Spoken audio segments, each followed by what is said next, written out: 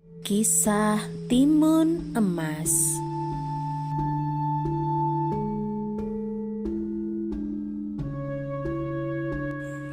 Pada zaman dahulu kala, tinggallah seorang janda tua yang hidup sebatang kara tanpa memiliki seorang putra.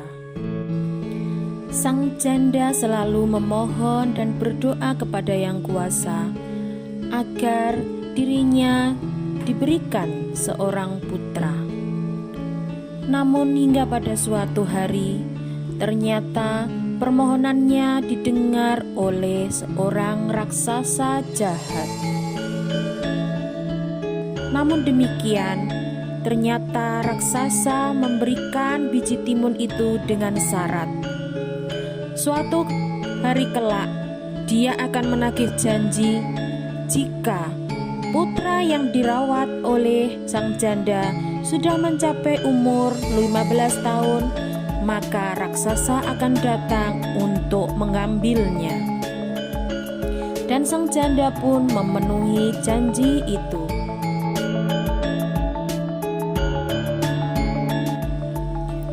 Keesokan harinya, sang janda menanam biji timun yang diberikan oleh raksasa. Namun secara ajaib, biji timun yang baru saja ditanam tiba-tiba tumbuh dengan subur dan berbuah. Seketika itu juga, sang janda memetik buah mentimun yang terlihat besar dan berwarna kuning keemasan. Sang janda membawa buah mentimun itu ke dalam rumah, kemudian membelahnya. Tentu saja, apa yang terjadi segala sesuatunya secara ajaib. Ternyata di dalam mentimun itu ada seorang bayi mungil yang sangat cantik, rupawan, dan berkulit putih. Sang janda memberikan nama kepada bayi itu Timun Emas.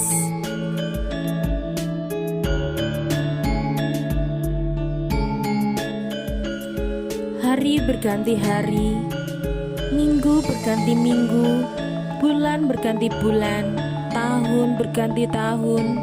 Timun emas dirawat dengan sukacita oleh sang janda. Hingga usia timun emas telah mencapai 15 tahun, seperti apa yang telah dijanjikan oleh raksasa. Sang janda sangat merasa sedih mengingat janjinya kepada raksasa. Dia berusaha untuk mengamankan anaknya yang sangat dia sayangi. Hingga pada suatu sore, ketika sang janda mondar-mandir dalam takutnya dan kekhawatirannya, dia bertemu dengan sosok lelaki tua berjubah. Lelaki tua itu berkata kepada sang janda, "Jika engkau ingin anakmu selamat, maka berikanlah bungkusan dalam kain ini kepada anakmu, dan mintalah anakmu untuk melarikan diri dengan membawa bekal bungkusan ini. Ketika nanti raksasa mengejarnya, maka suruhlah dia melempar satu persatu barang yang ada dalam bungkusan ini." Seketika itu juga, setelah menyampaikan hal tersebut, lelaki tua itu lenyap entah kemana perginya. Sang janda pun segera bergegas untuk menyimpan barang itu dan menyampaikannya kepada putrinya.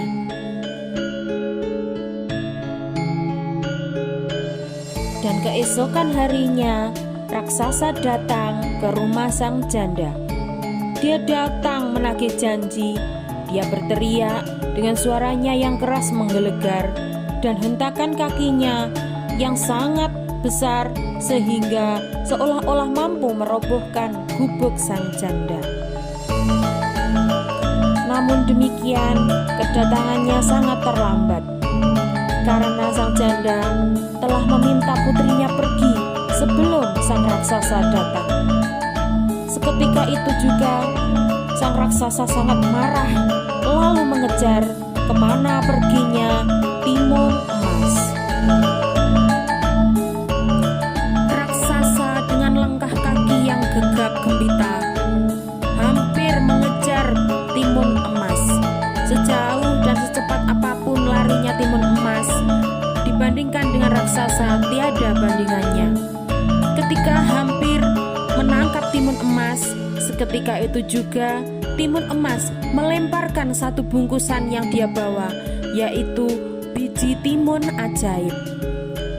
Ketika timun emas melemparkan, secara ajaib biji timun itu segera tumbuh subur dan merambat kemana-mana hingga sulurnya membalut tubuh raksasa dan mengeluarkan buah yang sangat besar dan lebat. Tanpa diduga, ternyata keberadaan timun-timun raksasa itu mampu mencuri perhatian raksasa untuk sementara waktu, sehingga raksasa memakan buah-buah timun tersebut hingga kenyang. Namun setelah merasa kenyang, dia kembali bangkit dan teringat bahwa dia akan mengejar timun emas. Lalu seketika itu juga dia berteriak, "Timun emas, kemana kau? Awas kau akan kukejar kemanapun kau akan pergi."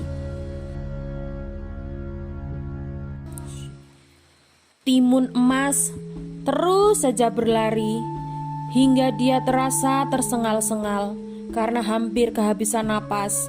Namun demikian, dia tidak putus asa.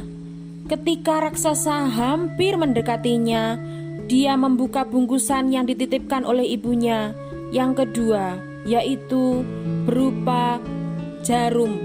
Timun emas menyebarkan jarum-jarum itu dan secara ajaib tiba-tiba tumbuh menjadi rerumpun bambu yang penuh duri, sehingga duri-duri itu mempersulit dan menghalangi jalannya raksasa. Namun demikian, raksasa yang bertubuh besar dan luar biasa tidak gentar. Dia mampu menerobos tumbuh-tumbuhan bambu berduri yang sangat rimbun itu. Timun emas merasa semakin ketakutan karena dengan usahanya yang kedua pun gagal untuk menghalau sang raksasa. Kemudian dia terus berlari dan terus berlari hingga akhirnya dia terdesak dan kemudian membuka bungkusannya yang ketiga, yaitu berupa garam. Timun emas melemparkan garam ajaib tersebut dan seketika itu juga garam berubah menjadi lautan. Namun demikian, sang raksasa tidak juga mengalah. Ternyata dia belum putus asa. Dia mampu berenang menyeberangi lautan tersebut. Terus dan terus, timun emas berlari melanjutkan perjalanannya. Timun emas terus berlari hingga mencapai sebuah puncak pegunungan. Di situ timun emas hampir putus asa. Dia memohon dan berdoa kepada Tuhan yang Maha Kuasa. Jika sekiranya memang takdirnya cukup sampai di sini, maka dia pasrah. Namun demikian, jika takdirnya masih belum sampai di situ, maka dia serahkan semuanya kepada Tuhan yang Maha Kuasa. Dengan membuka bekalnya yang terakhir, yang berupa sejumput terasi, dia melemparkan terasi tersebut ke arah raksasa yang hampir sampai mendatanginya. Secara ajaib, tiba-tiba terasi tersebut berubah menjadi lautan lumpur yang sangat luas. Raksasa pun terjebak ke dalam lautan lumpur tersebut, sehingga dia tidak mampu untuk bangkit dan dari dalamnya lumpur tersebut. Disitulah akhir dari cerita timun emas. Timun emas akhirnya selamat dan dia mengucapkan syukur kepada Tuhan yang Maha Kuasa. Dengan demikian, kita dapat mempelajari bahwa apa yang kita petik dari cerita ini sungguh sangat luar biasa. Semoga bermanfaat dalam kehidupan kita sehari-hari. Sekian, terima kasih.